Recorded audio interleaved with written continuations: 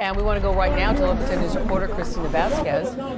Yeah, she's at a protest happening right now over an emergency order in Miami-Dade County that shut down indoor dining. Christina?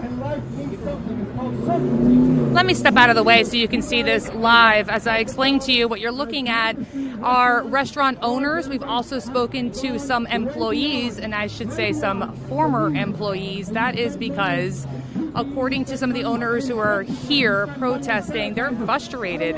They say that Mayor Jimenez, that is the Miami-Dade County Mayor, Carlos Jimenez, that first he shut all the restaurants down, then he sort of toggled back on that, if you remember, and adjusted to just say outdoor dining with 4 at a table. And they say 2 things. One, that kind of limitation does not help them offset operating costs of opening in the first place. A lot of the owners you are looking at live at this protest have told me that because of the decision this week, they've already had to lay off dozens of employees, and they say this is the second time they've had to do that within the month.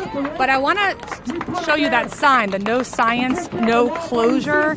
That is the other second argument that they're making here, that quite frankly, they want county leaders to show them the data, prove to them what the metrics are and the actual data points in terms of virus transmission that guided a decision to target, in their words, and isolate their industry as the one that should toggle back in this rollback to almost semi-closure in order to prevent and stop the spread. Let's listen in on some of those owners right now together.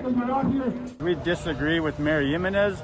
We feel like this is a selective approach to a bigger problem that's not restaurant driven.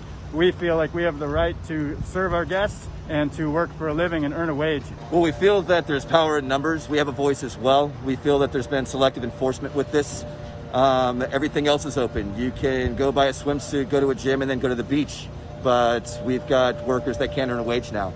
They've got mouths to feed as well, and we're here to represent that.